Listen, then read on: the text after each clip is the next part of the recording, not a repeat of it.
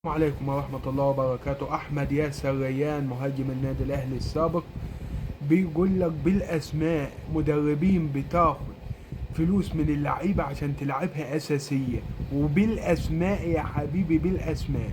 هنشوف الفيديو وهنشوف الأسماء وهنعرف الأسماء كويس. ما تنساش تحط لايك، تصلي على النبي في تعليق، تذكر الله في تعليق، تعمل مشاركة الفيديو يوصل لكل الناس متابعة للصفحة لو مش متابعنا عشان يوصل لك كل جديد. يلا نشوف الفيديو ونرجع لبعض تاني. شوف الدوري المصري. ما انت عارفه ان انا علاقتي اشمعنى وحشه. ليبيا كمان؟ علاقتي وحشه بشغل الوكلاء بقى والمدربين والكلام ده.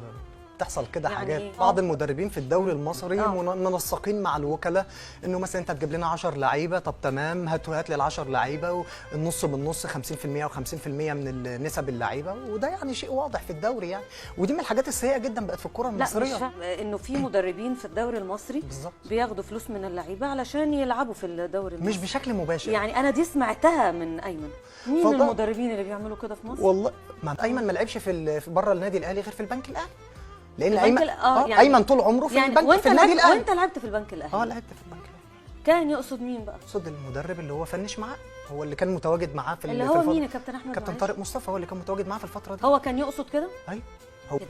كابتن طارق مصطفى اسم كبير طبعا، في الكره المصريه، شخصيه محترمه جدا، مش كاسم زملكاوي كمان طبعا. يعني لا في الكره لا المصريه. لا طبعا ياخد فلوس من لعيب علشان يشاركوا اساسي في ماتش؟ لا مش موضوع. وبعد ما شفنا الفيديو يا حبايب قلب اخوكم، ده الاسم واضح، طارق مصطفى اللي هو مدير الفني للبنك الاهلي. ما تنساش يا حبيب قلب اخوك اللايك، طبعا كابتن الزمالك. ما تنساش اللايك والصلاة على النبي في تعليق، وذكر الله في تعليق، مشاركة الفيديو يوصل لكل الناس، متابعة للصفحة لو مش متابعنا عشان يوصلك كل جديد. سلام.